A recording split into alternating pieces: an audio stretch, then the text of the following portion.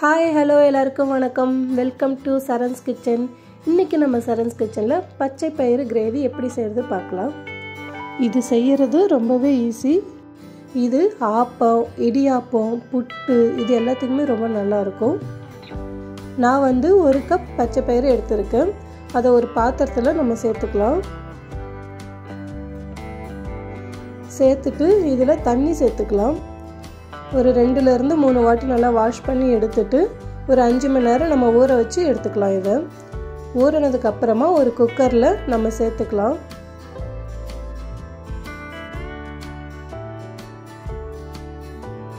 பச்சை பயிரெல்லாம் சேர்த்துட்டு இதில் 4 பச்சை மிளகாயை சேர்த்துக்கிறேன்.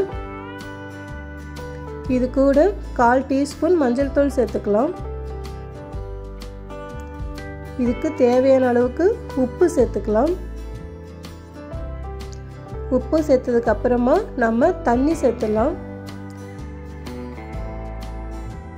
இது முழுகிற அளவுக்கு நம்ம தண்ணி கொஞ்சம் சேர்த்துட்டு மிக்ஸ் பண்ணி விட்டுட்டு நம்ம குக்கர் மூடியை போட்டு மூடி வச்சிடலாம்.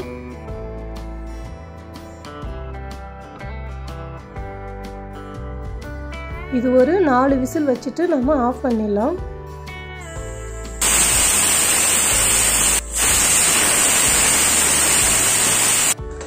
ஸ்டீம் எல்லாம் ஆறினதுக்கப்புறமா நாம் குக்கர் மூடியை திறந்துடலாம். பச்சை பயிர் நல்லா வெந்து வந்திருக்கு. கடாயில் ஆயில் சேர்த்துக்கலாம். ஆயில் சூடானதும் நம்ம கடுகு சேர்த்துக்கலாம்.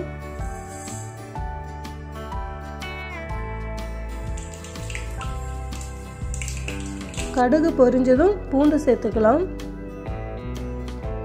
பூண்டு சேர்த்துட்டு நம்ம நல்லா வதக்கி எடுத்துடலாம்.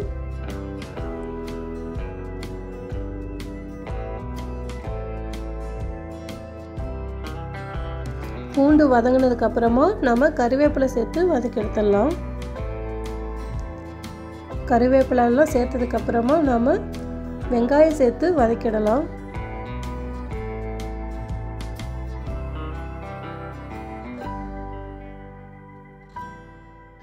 இது கூட தக்காளி சேர்த்து வதக்கிடலாம்.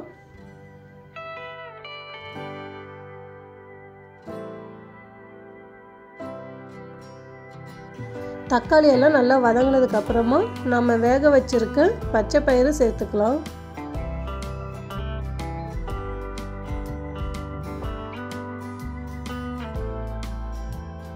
இது கூட நம்ம மிக்சியில் அரைச்ச தேங்காய் சீரக விழுதை சேர்த்துக்கலாம்.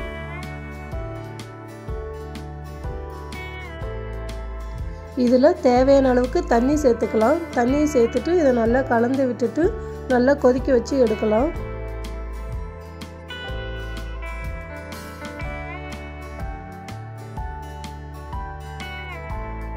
பச்சை பயிரில் புரோட்டீன், நார் சத்து இதெல்லாம் இருக்குது. இது வாரத்துக்கு ஒரு முறை எடுத்துக்கிட்டால் ரொம்பவே நல்லது.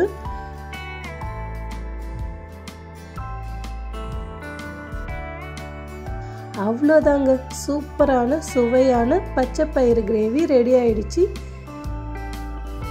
இந்த மாதிரி நாம் ஆப்பம் ஊற்றி எடுத்துக்கலாம். உங்ககிட்ட ஆப்பக்கடாய் இருந்துச்சுன்னா அதில் ஊற்றி எடுத்துக்கோங்க. இந்த மாதிரி மாவை சேர்த்துட்டு இந்த மாதிரி நம்ம லைட்டாக அப்படியே சாய்ச்சி விட்டோம் அப்படின்னா அது அழகாக சுற்றி வந்துடும். இந்த மாதிரி சுற்றி விட்டதுக்கு அப்புறமா நம்ம வச்சுட்டு மூடியை போட்டு மூடி வச்சிடலாம். இந்த மாதிரி மூடியை போட்டு மூடி வச்சு எடுத்தோம்னா இது அழகாக வெந்து வந்திருக்கும். இது கூட நாம் செஞ்சு வச்சுருக்க பச்சை பயிறு கிரேவி சேர்த்து சாப்பிட்டா செம்மையாக இருக்கும். நீங்களும் ட்ரை பண்ணுங்கள். தேங்க்ஸ் ஃபார் வாட்சிங்.